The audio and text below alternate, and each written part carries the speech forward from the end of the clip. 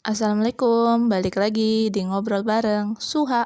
Oke, hari ini Suha pengen ngobrol tentang buku ya. Balik lagi tentang ngobrol tentang buku keduanya Iksaka Banu yang baru selesai Suha baca. Jadi Suha pengen cerita tentang bukunya Iksaka Banu yang judulnya itu Teh dan Pengkhianat. Karena dulu Suha pernah bikin video cerita tentang bukunya Iksaka Banu juga yang semua untuk Hindia. Jadi sama, Teh dan Pengkhianat ini adalah 13 kumpulan cerita pendek karyanya Iksaka Banu yang bertema tentang zaman penjajahan. Jadi di situ campuran ya cerita sejarah yang dikemas sedemikian rupa sehingga menyerupai cerita-cerita pendek yang lebih mudah untuk dimengerti. Jadi langsung saja nih. Yang pertama tentang Teh dan Pengkhianat. Mungkin yang dulu pertama kali Suha lihat buku ini itu di Gramedia, Suha langsung tertarik dengan covernya yang menggambarkan apa sih? Gambaran seorang Belanda yang sedang seperti adu mulut gitu ya dengan seorang apa sih? Orang Jawa gitu yang orang Jawa Muslim kayak gitu. Ternyata itu adalah gambaran dari perseteruan antara orang Belanda dengan orang Jawa, khususnya pada masa Perang Jawa ya, yang dipimpin oleh Diponegoro. Jadi ada beberapa cerita pendek di Sudah 13 cerita pendek, tapi paling enggak Suha di sini akan cerita 3 cerita yang menurut Suha itu mind blowing atau yang mana ya, membuka wawasan Suha atau bikin Suha itu melek, wah ternyata dulu seperti ini. Yang pertama tentu cerita tentang Teh dan Pengkhianat tersebut. Jadi cerita tentang Teh dan Pengkhianat ini itu berlatar belakang di kota Bandung ya, tepatnya di dekat pegunungan Burangrong. Itu adalah salah satu pegunungan di mana dulu banyak orang-orang Belanda yang kemudian membuka perkebunan teh di sana. Jadi di situ ceritanya di sekitaran pegunungan Burangrong itu sedang banyak terjadi pemberontakan oleh orang-orang Cina atau pekerja-pekerja Cina yang ada di Indonesia. Jadi para pekerja Cina yang ada di Indonesia dulu waktu zaman penjajahan itu banyak yang didatangkan oleh pemerintah Belanda dari Cina. Tujuannya apa? Untuk mengelola perkebunan teh. Jadi dulu waktu abad-abad berapa sih, 19-an gitu kan ya, teh mulai populer di kalangan orang Eropa setelah Belanda itu datang ke Cina. Kemudian mereka bawa sampel teh ke Belanda. Kemudian ada seorang ratu Belanda yang kemudian gemar sekali minum teh dan dia menikah dengan salah satu bangsawan Inggris. Nah, sejak saat itu mulailah teh dikenal sebagai salah satu komoditas minuman yang cukup berharga kala itu, sehingga dia menjadi populer dan menjadi barang mahal. Akhirnya Belanda agar bisa mengirimkan teh ke Eropa, dia membuka perkebunan-perkebunan teh yang ada di Indonesia, salah satunya di Jawa Barat. Nah, untuk memastikan agar teh yang dihasilkan itu kualitasnya baik, mereka mendatangkan langsung pekerja-pekerja dari Cina yang istilahnya pengalaman gitu dalam mengurus teh kayak itu. Kemudian tapi pada tahun itu terjadi pemberontakan para pekerja-pekerja atau buruh Cina yang ada di Indonesia. Yang pertama itu terjadi pemberontakan para pekerja dari Cina Makau yang ada di sekitaran Wanayasa, yang mereka itu datang ke Indonesia kemudian membuka perkebunan teh dan mereka merasa tidak adil dengan perlakuan pemerintah Belanda seperti itu. Ada beberapa hal yang menyebabkan mereka memberontak, misalnya nih keterlambatan upah yang mereka udah kerja keras tapi kemudian upahnya sedikit terlambat. Kemudian mereka juga mengeluhkan kejamnya pengawas dari perkebunan yang dilakukan oleh orang-orang Belanda. Jadi kalau kebunnya diurus sama orang Cina tapi pengawasnya tetap dari orang Belanda. Nah, orang Belanda ini kerap memberikan hukuman yang menurut para orang-orang Cina itu kelewat sadis gitu loh bagi para pekerja di situ, sehingga akhirnya mereka melakukan perlawanan. Kemudian perlawanan yang kedua itu datang dari Cina Makau yang kemudian dia merupakan partikelir yang ada di Sindang Kasih. Kalau tadi yang pertama kan di Wanayasa ya, Jawa Barat. Yang ini di Sindang Kasih juga sama-sama Jawa Barat, tapi mereka kecewa karena mereka itu merupakan partikelir yang datang ke situ kemudian nggak boleh membuka lahan baru. Menurut Belanda itu kalau terlalu banyak para orang Cina yang membuka perkebunan di Jawa Barat, tentu akan mengancam kedudukan Belanda sebagai sebagai pemegang kekuasaan. Jadi mereka membatasi orang-orang Cina yang boleh membuka perkebunan. Nah, adanya kedua pemberontakan ini tentu membuat Belanda tuh berpikir keras bagaimana menghentikan mereka, karena menurut orang-orang Belanda perlakuan para buruh Cina yang memberontak ini dianggap sebagai suatu pengkhianatan karena kan mereka sudah dikasih tempat tinggal di Indonesia, didatangkan ke sini, dikasih pekerjaan kayak gitu ya, dikasih keamanan kayak gitu, dijamin keamanannya, tapi kemudian memberontak. Jadi waktu itu pemerintah Belanda melakukan berbagai cara untuk meredam pemberontakan orang-orang Cina yang ada di Indonesia. Kemudian untuk mengatasi pemberontakan orang-orang Cina yang ada di Jawa Barat yang waktu itu cukup kuat, akhirnya pemerintah yang ada di Belanda yang ada di Jawa Barat itu mendatangkan bantuan tentara dari Batavia ya, atau sekarang Jakarta. Nah, di situ ternyata bantuan dari Batavia itu yang datang itu dipimpin oleh orang Jawa. Jadi ternyata dia siapa? Dia adalah Sentrot Prawirodirjo. Kalau teman-teman tahu kalau teman-teman lihat covernya di buku Teh dan Pengkhianat ini kan ada kayak gambar orang Jawa. Nah, itu yang kayak orang Jawa itu sebenarnya adalah penggambaran dari Sentot Prawirodirjo. Lah, di sini ada yang unik nih. Dari si Sentot Prawirodirjo itu adalah dia ternyata dulu adalah tangan kanan dari Pangeran Diponegoro. Jadi ketika perang Jawa berakhir, Pangeran Diponegoro kan akhirnya bisa dikalahkan ya oleh orang-orang Belanda. Kemudian Pangeran Diponegoronya sendiri diasingkan keluar Jawa. Kemudian si Sentot Prawirodirjo ini yang dulunya adalah tangan kanan Pangeran Diponegoro, dia membelot atau dia akhirnya memilih untuk bergabung dengan dengan orang-orang Belanda, jadi pasukannya gitu loh. Jadi dia bersama sekitaran 500 orang pasukan yang dulu merupakan pasukan dari Pangeran Diponegoro, dia akhirnya bergabung dengan tentara Belanda untuk menjadi petugas keamanan. Tapi ada yang bilang juga sih bahwa si bergabungnya Sentot Prawirodirjo ini adalah salah satu taktik juga agar mereka itu bisa tetap dapat senjata dan mereka bisa membantu pribumi. Tapi itu pro dan kontra. Jadi di waktu itu si Sentot Prawirodirjo ini membantu para pasukan Belanda untuk membasmi pemberontakan ya, atau perlawanan orang-orang Cina yang ada di Jawa Barat. Setelah dia berhasil melawan orang-orang Cina yang memberontak atau pemberontakan itu berhasil dipadamkan, kemudian Sentot Prawirodirjo ini dikirim ke Sumatera Barat. Di sana dia akan menghadapi orang-orang Padri yang sedang melakukan perlawanan. Lah, habis itu saya langsung searching tuh tentang perang Padri ya. Kalau teman-teman pengen tahu pasti ya, dulu di pelajaran IPS waktu SD mungkin kan sering dengar tuh ada perang Padri. Jadi perang Padri itu ternyata perang yang ada di tanah Minangkabau ya, Padang gitu, antara orang-orang Padang, orang-orang Padri yang masih menganut tradisi yang sangat kuat dengan orang-orang Muslim yang ingin menegakkan syariat yang bebas dari kemusyrikan kayak gitu. Jadi terjadinya perang Padri itu terjadi antara perang orang-orang etnik dengan orang-orang agamis. Tapi di situ sayangnya karena mereka sering bertikai, akhirnya si orang-orang Padri yang menganut budaya gitu ya, yang masih kental dengan budaya lokal itu, mereka meminta bantuan dari Belanda untuk melawan orang-orang Padri Muslim yang ingin menegakkan syariat Islam. Jadi ternyata itu adalah titik balik ke jatuhnya tanah di Sumatera Barat yang akhirnya bisa diduduki oleh Belanda. Jadi setelah Belanda masuk, mereka kan menang dalam hal senjata dan lain sebagainya kayak gitu ya.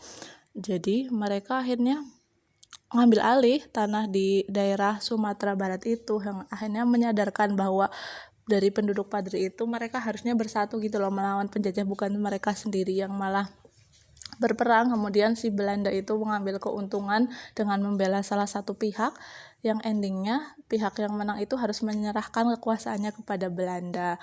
Nah, itu jadi dari si cerita Teh dan Pengkhianat itu, akhirnya juga baca-baca lagi cerita tentang perang Padri. Nah, waktu itu si Sentot Prawirodirjo itu yang di dalam buku ini disebut sebagai pengkhianat itu, dia dikirim ke Padri untuk melawan orang-orang Padri atau membantu Belanda gitu. Tapi di sana banyak menyebutkan bahwa ternyata di Sumatera si Sentot Prawirodirjo ini udah dibekali senjata sama orang Belanda, bukannya ngebantuin Belanda, malah ngebantuin warga lokal. Makanya pasukannya ditarik balik lagi ke Jawa, kemudian dia diasingkan. Jadi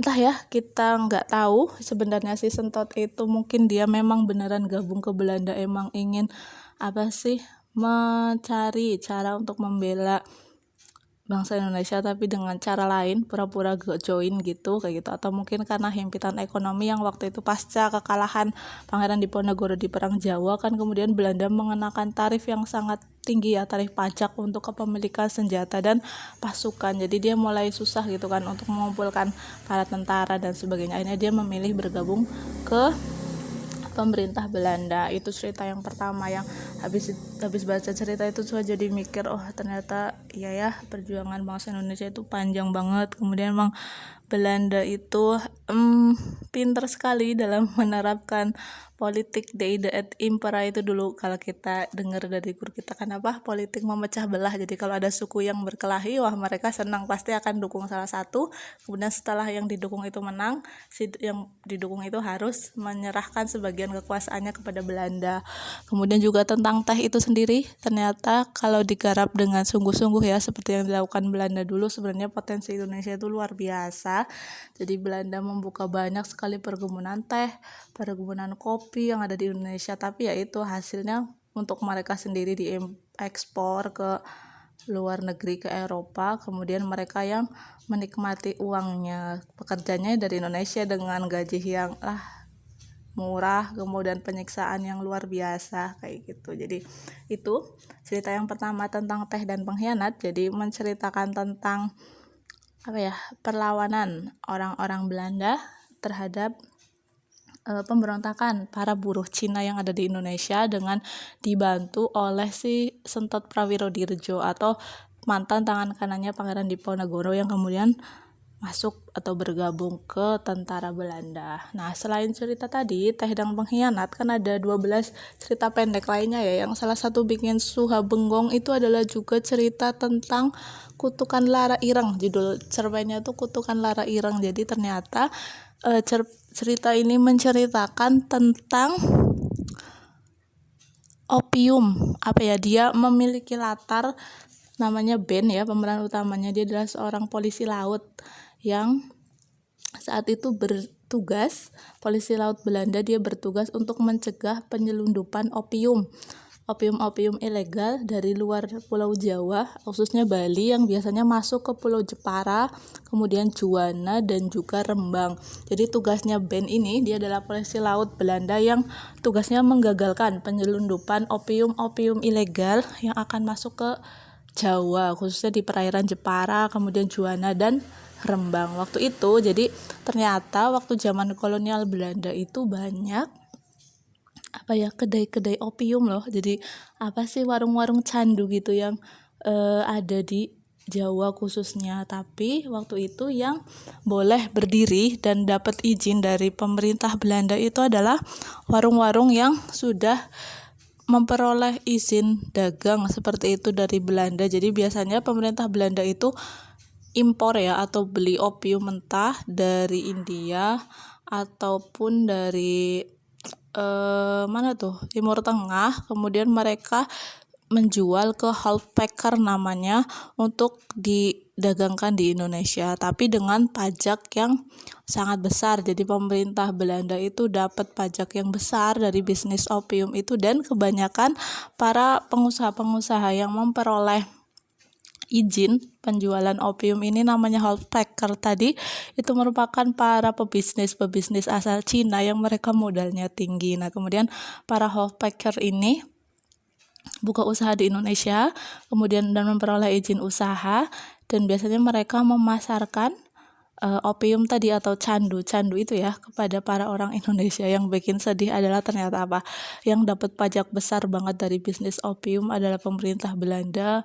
Kemudian yang jadi kaya dari bisnisnya yang tadi jadi house-packer itu kebanyakan orang Cina, dan ternyata yang jadi konsumen pembeli terbesar adalah orang-orang Jawa atau buruh-buruh Jawa yang hidupnya menderita. Mereka beli-beli apa ya, pergi ke warung remang-remang gitu, kemudian yang menyediakan bola-bola opium paling seukuran kacang polong ya, atau apa sih, kacang kapri kayak gitu, kemudian untuk dicampur dengan rokok, kemudian di sana mereka ngerokok atau teler di situ. Nah, paling eceran murah banget, seharga 1 sampai 5 sen kayak gitu. Tapi karena murah dan yang beli itu banyak banget orang Jawa, ya ini menjadi bisnis yang sangat apa sih, menjanjikan kayak gitu. Jadi katanya apa, ironinya tuh yang kaya tuh orang Cina, yang dapat pajak gede tuh orang Belanda, tapi yang jadi konsumen dengan penghasilan kecil kemudian bayarannya rendah, itu hasil mereka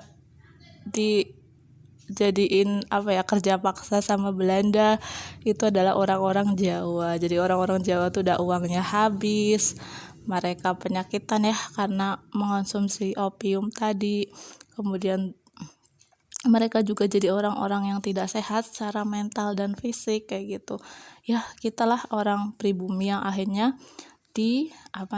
dicekal. Tapi karena waktu itu Belanda menerapkan tarif pajak yang sangat tinggi bagi para housepacker, itu akhirnya banyak penyelundupan opium yang terjadi dari Armenia dan Turki kalau nggak salah. Jadi para pebisnis opium itu tadi karena harus bayar pajak ke pemerintah yang tinggi banget, kan mereka malas ya, akhirnya mereka milih apa sih, impor sendiri gitu loh, opium ilegal dari luar Indonesia, kemudian masuknya ke Bali, habis itu dari Bali baru dikirim ke Jawa. Jadi tadi si Ben itu yang merupakan polisi laut, dia itu bertugas menggagalkan apa sih, operasi penyelundupan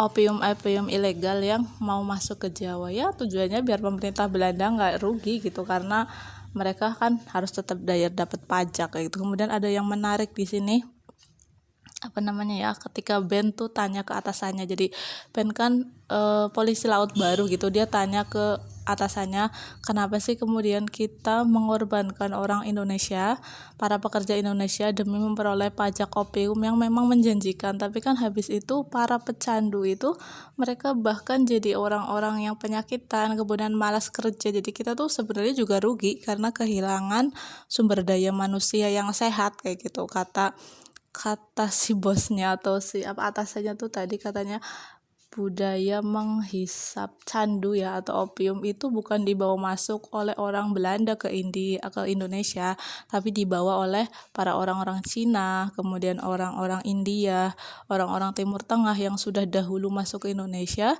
yang sudah membawakan budaya itu. Jadi emang udah ada gitu loh budaya menghirup opium itu di kalangan orang-orang Indonesia. Kata dia, orang Belanda itu hanya meneruskan tradisi lokal, kemudian memungut pajak dari kesenangan mereka, ya anggap saja sebagai pajak senang-senang seperti itu. Wah, luar biasa ya, waktu itu Suha sedih banget tau pas baca itu. Karena udah kasihan ya kita waktu itu dijadiin pekerja paksa yang gak seberapa, kemudian uangnya tuh juga habis sama mereka, sama orang-orang Jawa itu buat nyimeng atau buat nyandu kayak gitu. Karena ya habis itu mereka jadi sakit dan sebagainya. Yang kaya juga orang-orang Cina kan, sama orang-orang Belanda. Orang kita mah kebagian penyakit sama kehabisan uang doang kayak gitu.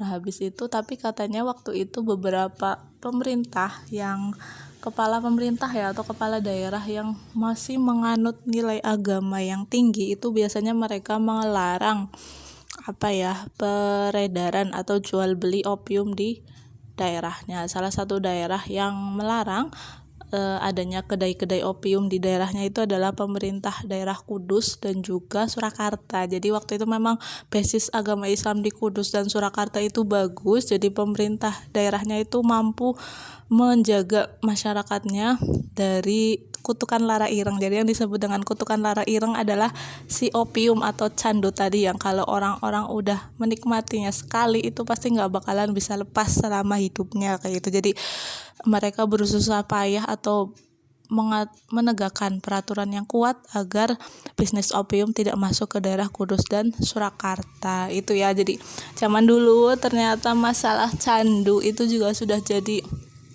masalah yang dilematis. Dia adalah bisnis yang menjanjikan banyak sekali keuntungannya, tetapi yaitu bayarannya mahal bagi bangsa ini karena mengorbankan generasi muda yang harusnya produktif, sehat kayak gitu. Mereka akhirnya jadi pemalas. Pikirannya cuma isinya gimana caranya biar dapat candu lagi. Belum lagi penyakit mental ataupun fisik yang disertai karena mengkonsumsi candu itu. Itu sih beberapa cerita yang ada di buku Teh dan Pengkhianat. Bagus cerita-ceritanya, beberapa sedih juga, bikin nangis, tapi kayaknya kalau kebanyakan spoiler nanti jadinya gak seru deh. Mending teman-teman baca sendiri bukunya. Suha juga baca, nggak beli tapi baca di Ipusnas atau Perpustakaan Nasional RI ya, yang bisa di-download, ada di aplikasi. Jadi teman-teman tinggal download di Play Store Ipusnas, kemudian boleh tuh pinjem bukunya Iksaka Banu yang Teh dan Pengkhianat. Ini juga jadi kayak apa sih, kayak shortcut ya, atau jalan pendek kalau teman-teman pengen tahu sejarah Indonesia tapi males baca buku sejarah yang kayak apa, terlalu kaku bahasanya. Bisa lo baca buku ini sebagai pengantar kan, dari kalau udah tahu cerita umumnya nanti teman-teman bakalan kepo sendiri, oh Perang Padri itu gimana,